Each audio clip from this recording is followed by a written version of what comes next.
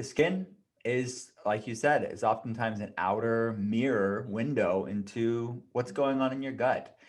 And so let's go back to something you touched upon is the alkaline acidic sort of confusion out there. Can you talk a little bit about that? And people are like, I want to be about alkaline, but then you're saying, well, we want proper hydrochloric acid in the gut. I mean, what's going on there? Yeah, and absolutely eating more alkaline foods is important, but your stomach needs to be acidic. It needs to be like at around 1.2 to maximum 2. Water is 7 at a neutral pH. So the more acidic our stomach is, the better. The problem becomes is when the acid comes out of the stomach and goes into the duodenum or the esophagus.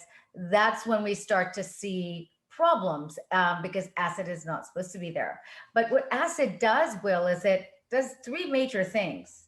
The first thing it does is it annihilates parasites, candida, bacteria, viruses, all of those things, because it's so acidic that these guys can't live in that environment. Hmm. So it's great. It keeps, we eat something that we could get food poisoning with, the stomach acid goes in there and goes, I'm going to get rid of that.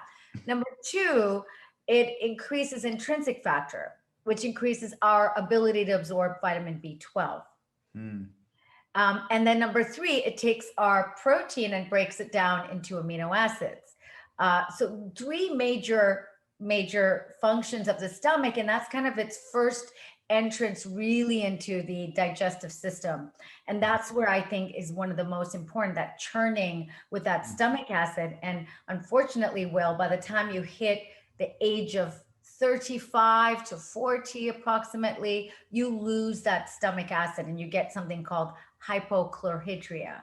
So Mm. that's when you then allow in all the bad guys to get in. And then we see things like SIBO, small intestinal bacterial overgrowth, H. pylori, candida, parasites, in particular blastocystis hominis. It's all these bacteria and parasites that then have a huge party in our gut at our expense.